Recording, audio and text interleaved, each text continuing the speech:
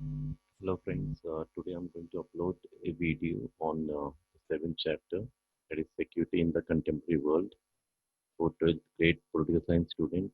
I'm only going to summarize the whole chapter within whatever time limit given by Zoom. We come to the first slide that talks about what is the meaning of security. As clearly seen over here, security is just freedom from threats, but we cannot call everything as a threat for sure. It has to actually shake a nation's the very fundamentals or the core values, as it is mentioned over here. Core values could be sovereignty, integrity, and anything that can compromise their territorial borders. So we will go for the next slide. This is the meaning of security. Again, I'm repeating, it is freedom from threats. As we go further, um, these are some questions that you can ask yourself. How secure you feel when you step into an airport, when they frisk you, when they scan you, when they screen you, how secure you feel. Do you feel more secure, or do you feel threatened that somebody is around? That's why so much security is there. Same applies for when you see army around. One good example could be in Jammu and Kashmir, whether the people feel more secure when the army is around, or they feel threatened that something is wrong. So, what it is actually trying to prove, the term itself is very elusive. You can't be so sure about the meaning of the security, because the term security has been used by many nations, isn't it? Many sovereign nations to threaten the security of their own people. Hong Kong, in the present scenario, is a very good example where China has turned and twisted and tweaked their own constitution regarding Hong Kong, the autonomous status given to it. But now, slowly and gradually, in the name of security, they are threatening the whole autonomy of Hong Kong. So, this is the traditional notion you must have come across in your book also in the seventh chapter. So, traditional notion, as far as external is concerned, we are only talking about the military threats. We are talking about the force that can be used.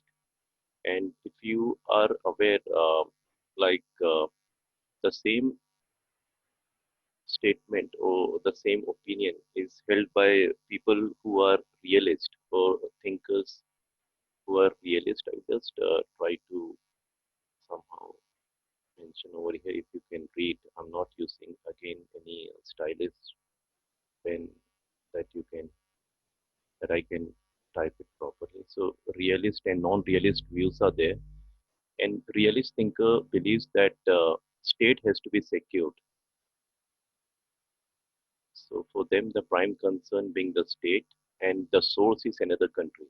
So anything that endangers their sovereignty, independence, or territorial integrity, they are going to secure it at any cost, even at the cost of human rights violations for their own people.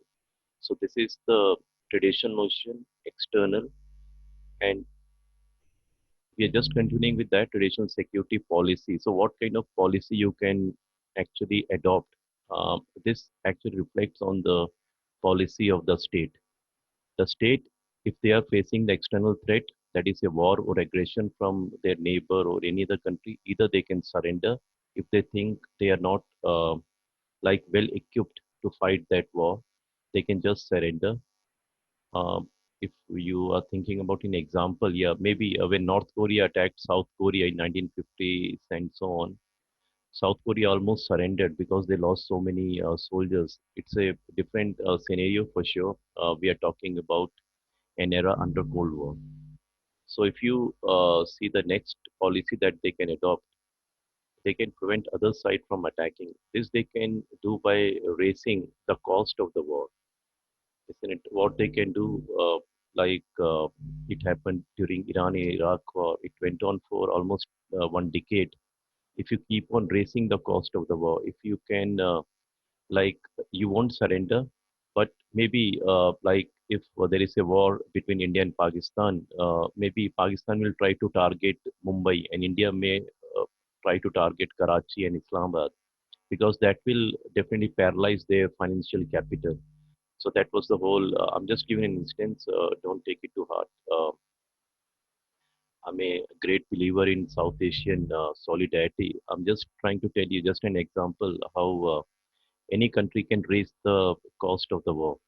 So another thing a country can do, one of the policy options that is given to them is they can defend itself definitely through deterrence. It can be nuclear deterrence in this modern world, where by showing your power of nuclear wherewithal, just like India did in 1974 and 1999.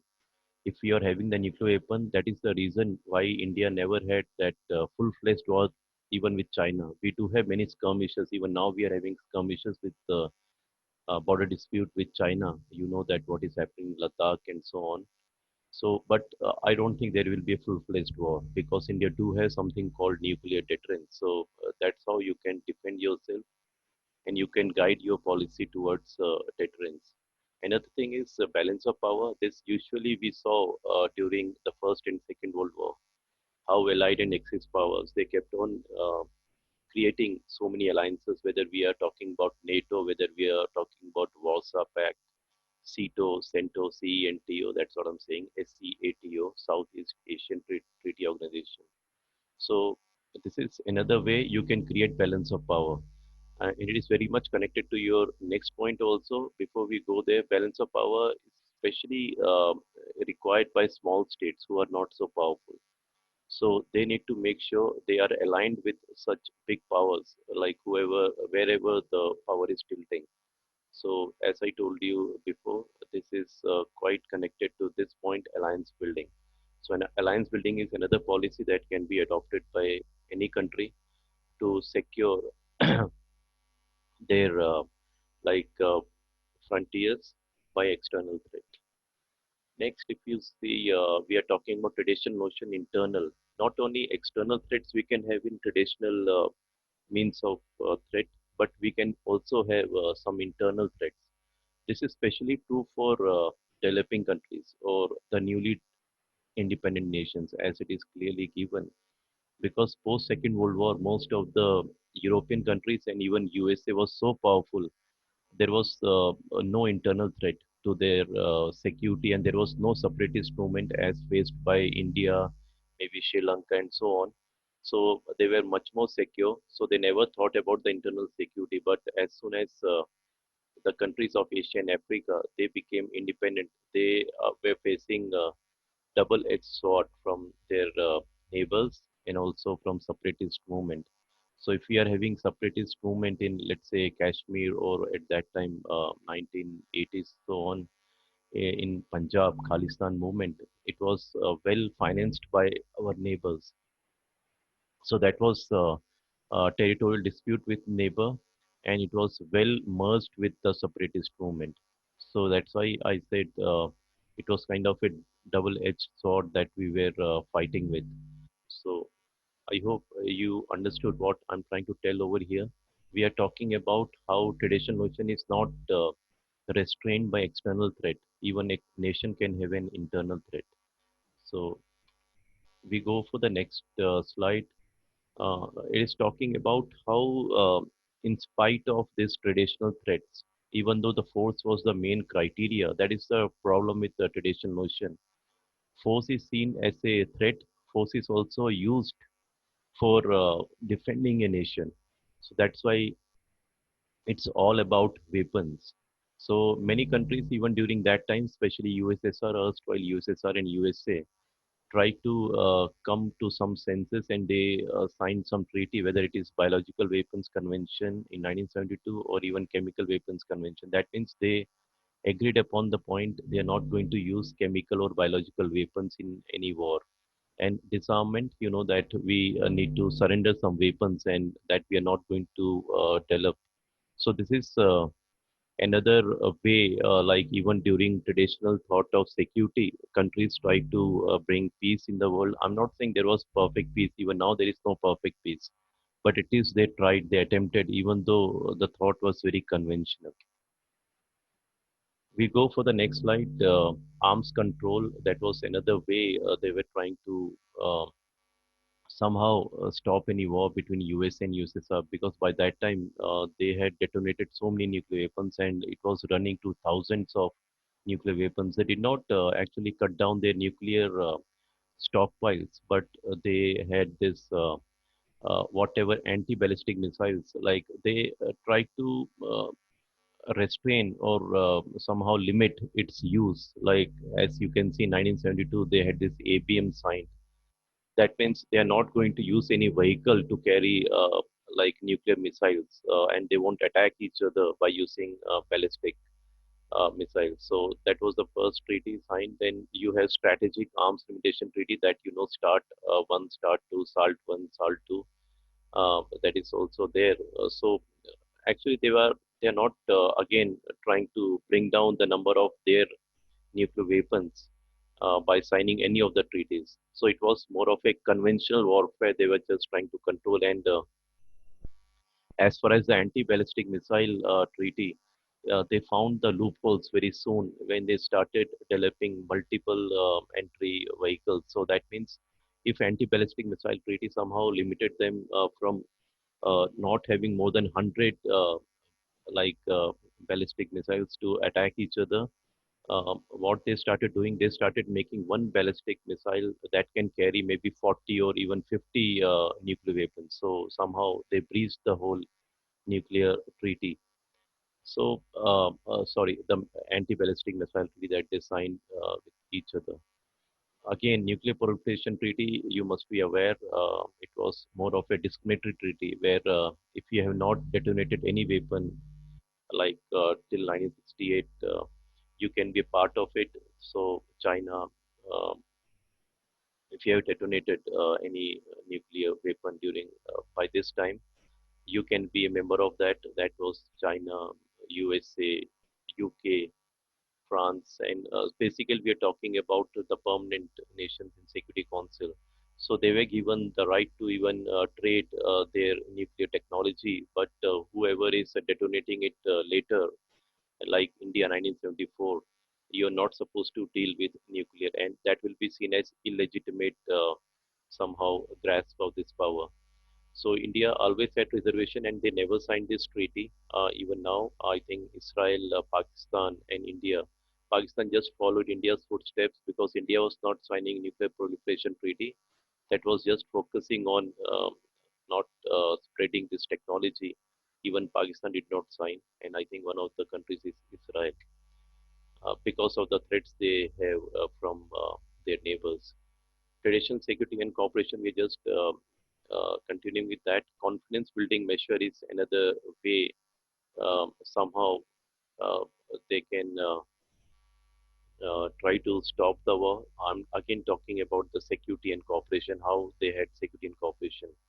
As clearly mentioned over there, they can share some, like not all the secrets, but some of the information about their strategic, like structure that they have in the nation. So somehow it, even if the country is having any iota of doubt, this especially worked during the Cold War. Just imagine if USSR and USA they are sharing some like any confidential information with their rival. Somehow it brings that confidence and trust. Even though American leaders used to say one big iron curtain has descended on the eastern side.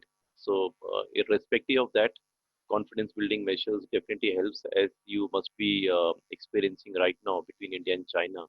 Even though they are definitely face off in Ladakh, but they are trying to meet and they are having some talks or diplomacy being used as a tool to avoid any war over there.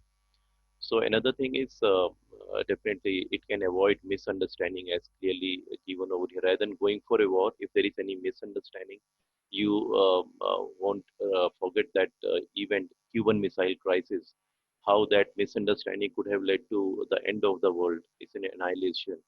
The reason being USSR tried to install some nuclear missiles in Cuba, isn't it? It would have led to a very huge war, triggered into a big war, but somehow diplomacy again superseded.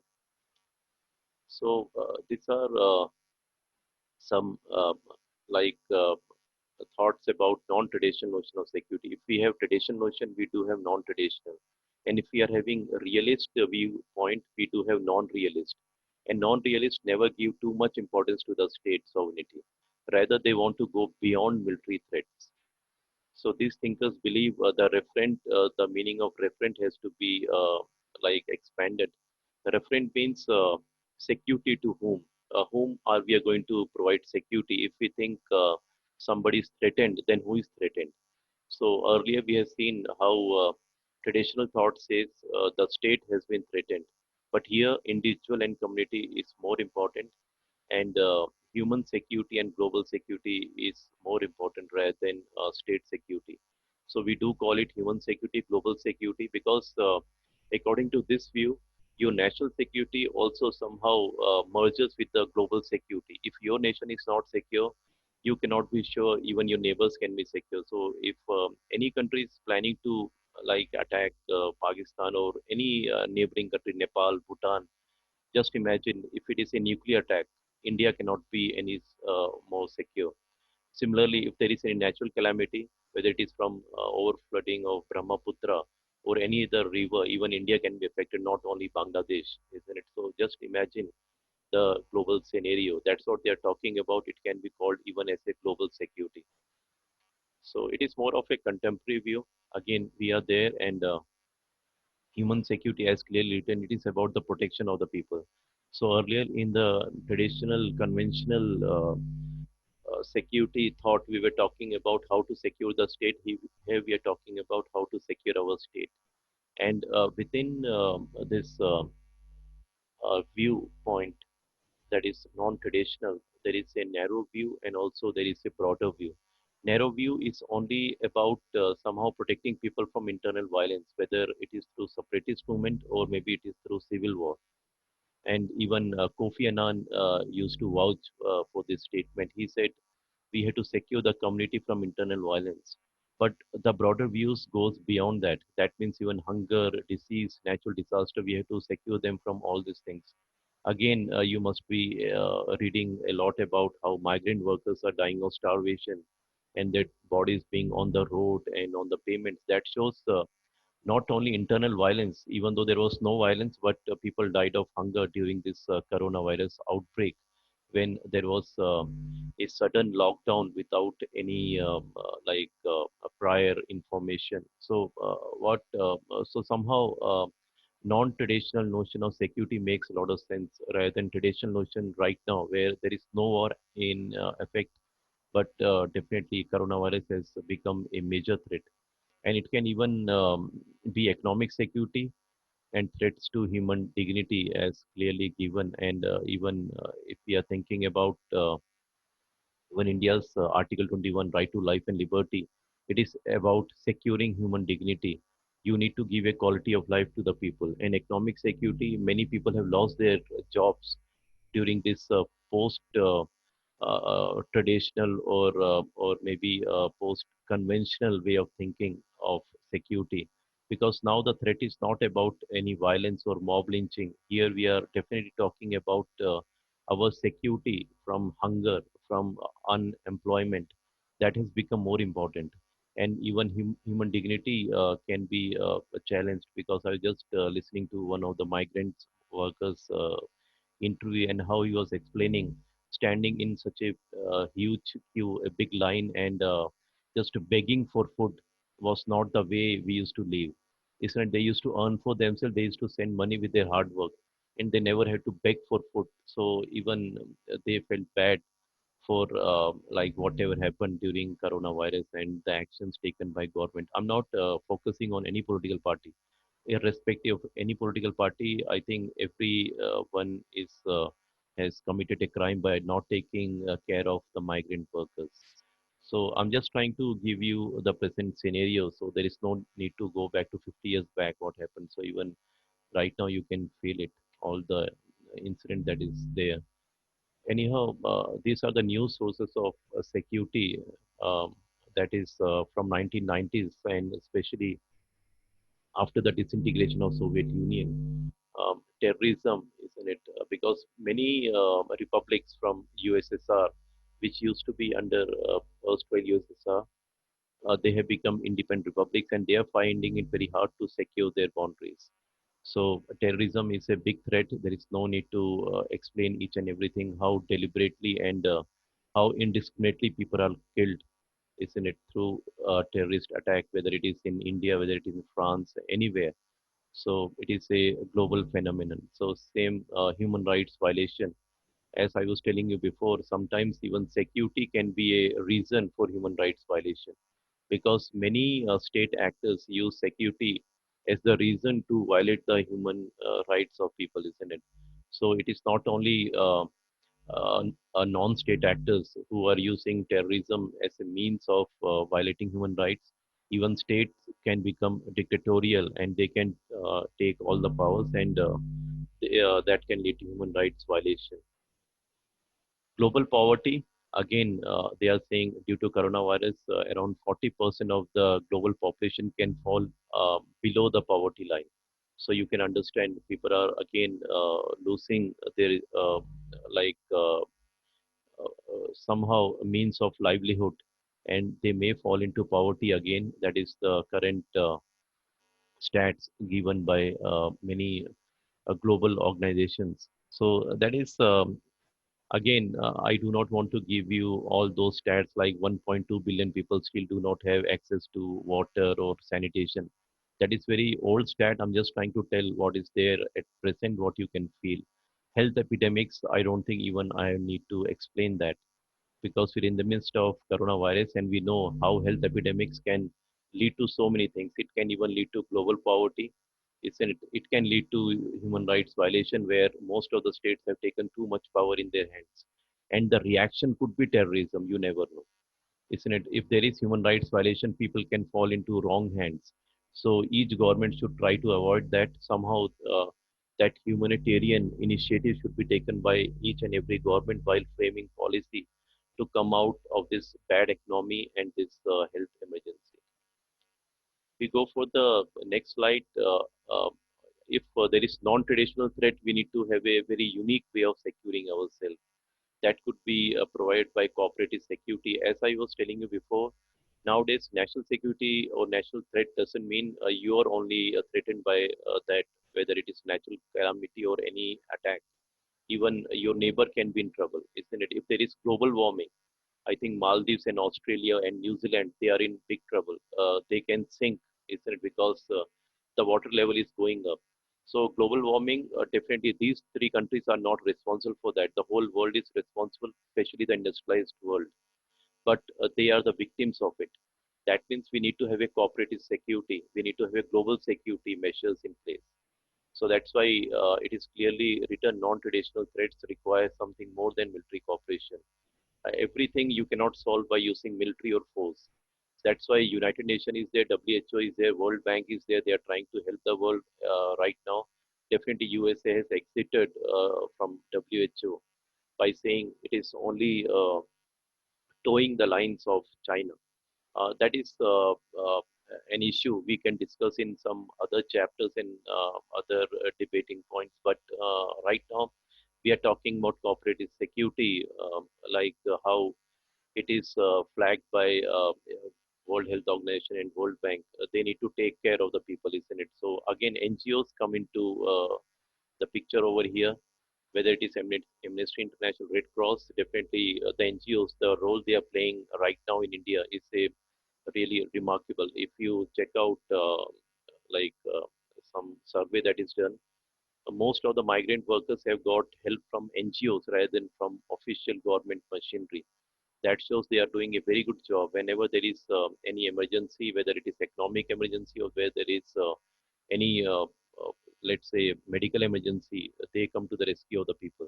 So NGOs have started playing a major role where they are taking powers from the state to secure people and the community. So that is cooperative security or global security, isn't it? So anyhow, it can may involve use of force. So they are not actually discounting the use of force when we are talking about non-traditional way of securing people. sometimes you may have to use, whether it is peacekeeping force in Rwanda, Uganda, anywhere, isn't it, Congo? Sometimes they have to resort to this last resort, that is force, maybe to secure themselves or maybe the community that they are trying to, or they have been like they are liable to, isn't it? So anyhow, we go to the next slide. I'm not going deep into any topic. The reason being, I just want to summarize within whatever time limitation given. I think it is 40 minutes. I will just check out. So this is India's security strategy. Okay, how India is trying to secure its borders and securing itself from non-traditional threats. So these are some of the strategies undertaken by India, adopted by India from the very beginning, from the inception of the concept called India or Bharat from 1947, isn't when Britishers left India.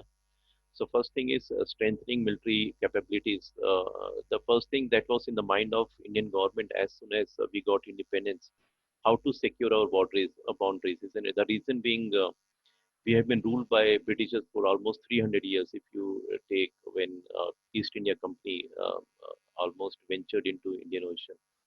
So first of all, India was very sensitive about its own boundary, and they had this scourge, or definitely the curse of partition also. So we lost our a big chunk of uh, boundary, or the maybe a big part to Pakistan. So that was another thing. India do not want to lose its core values, isn't it? As we learned in our traditional security threats. So we need to secure our core values, whether it is sovereignty, integrity. So there has to be good, powerful military capability. So that's what we are just trying to somehow work on of our military capabilities. Next is strengthening international norms and institutions. That means we always support a United Nations. India was one of the first countries to vouch for UN Charter. You know that so many disputes or so many wars, we had almost four wars with Pakistan, and many times India has shown trust on United Nations, and they have taken this issue to the General Assembly. And whatever being the verdict, and whether later, because of breach from Pakistan, we never followed those provisions. But still, any dispute 1947, whether we talk about 19, let's say 71, and so on, we or 1965, we somehow try to take the opinion of United Nations, and we always wanted a very strong and powerful international organization that can somehow help in developing a more equitable world. As the indicator is very clear, when India supported and financed or sponsored new international economic order. So internal security, we had to secure ourselves. Internal security, we are talking about separatist movement, whether it is in Kashmir, whether it is in northeastern part of India, or which we faced in Punjab, that is Khalistan, 1980s, and so on, isn't where we lost our great leader Indira Gandhi, isn't it? So we need to secure our borders also, and we had to take care of our internal security. So that is another concern for India as far as security strategy is concerned, and definitely developing our economy. That is a concern even now. That will be a concern for a long time, isn't it? Because our economy has gone for a recession because of coronavirus, and whatever be the reason, I do not want to bring any political statement over here. But this has been India's way of securing itself, isn't it? By developing a strong economy. That's why we went for this globalization, or somehow liberalizing our economy from 1990s onwards. So this was just a summary of the whole chapter. I will just wind up, and if any questions are there, you can always post um, wherever you find the platform, whether you can just put a word to me on the chat box in the YouTube. And these are some questions I have seen they keep on repeating. Maybe it can help if when you go for your board examination, difference between traditional and non-traditional concept of security, balance of power, again sources of threat to security, something to help you in your board examination. So thanks a lot for your patient listening. And please, if you think this is helping you, do let me know the feedback. I don't need your thumbs up or anything. I'm not doing it for any commercial purpose. If it can help any student around the world or in India, because the topic is not only limited to India, it can be used anywhere because we talked about the whole international security. So if you think I need to improve somewhere or anything that can help me to learn better, I will be very thankful to you. Thanks a lot. Have a nice day and be safe. Thank you.